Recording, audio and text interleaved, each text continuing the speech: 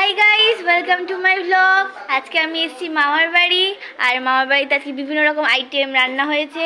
যেহেতু আমি HS pass করে গেছি বলে আজকে মামারা আমাকে ট্রিট দিচ্ছে। তাই চলো দেখে নিই আজকে কী কী রান্না হলো। আর মাংস রান্নাটা অবশ্যই আমি ভিডিও করছি, দেখে নিই চলো। মামি প্রথমেই কড়াইতে পেঁয়াজ, লঙ্কা আর রসুন বাটা দিয়েছে, আদা বাটা দিতে ভুলে গেছে, ওটা পরে দিয়ে দেবে।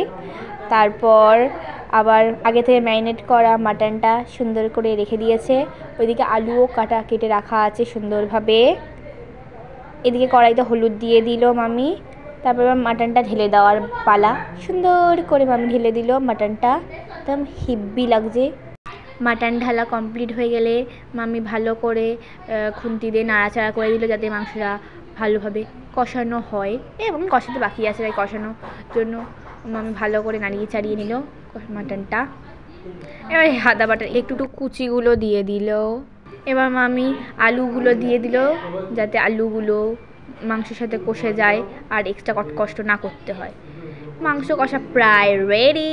এবার এটা শুধু প্রেশার কুকারে যাওয়াই বাকি আছে। দেখতেই পাচ্ছ কি সুন্দর হয়েছে।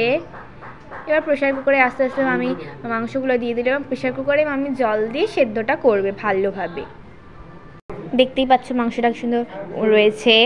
এবার মামি জলটা দিয়ে দিল প্রেশার কুকারের ভেতর যাতে মাংসটা ভালোভাবে সিদ্ধ হয়ে যায়। এবার ঢাকা দেওয়ার পালা। মামি সুন্দর করে প্রেশার কুকারটা ঢাকা দিয়ে দিল।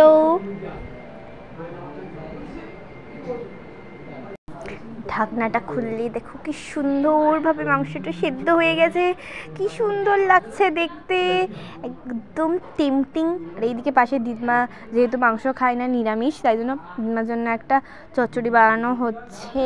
এই দেখে দিদমাকে হাই। চলো দেখে নিই সব কটা আইটেম একে একে করে। এইদিকে মাটনটা খুব সুন্দরভাবে মামি ইয়েতে রেখে দিয়েছে। তারপরে আমাদের আরও আইটেমস আছে, যেমন ওখানে আছে পাবদা মাছের একটা ঝাল আছে। তারপরে আরও আছে হচ্ছে এখানে আছে ওই চচ্চড়িটা যেটা বানাতে দেখালাম। এখানে আছে শাক ভাজা, আমাদের সবার জন্য শাক ভাজা। আর তারপরে আছে টেস্টি আমের চাটনি। এই দেখো মামার বাড়ির গাছে আম হয়েছে কি সুন্দর,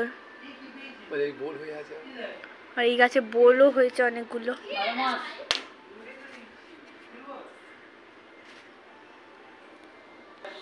এখানে ফুল আছে।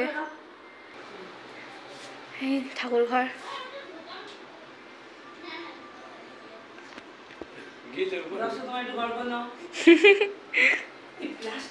আফটার খাওয়া দাওয়া আমি একটু বেরিয়েছি হাঁটার জন্য, যাতে এই খাবারগুলো হজম করতে পারি, জামা কাপড়ের জন্য। এই দেখি খুবই গরম, বেরিয়েছি বাইরে একটু হাঁটতে।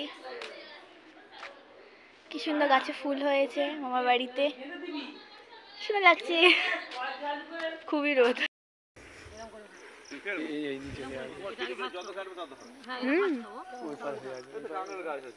জামটা পেকে আছে।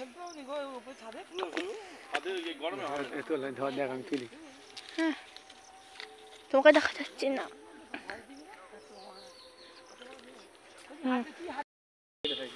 সব কি করছো তোমরা?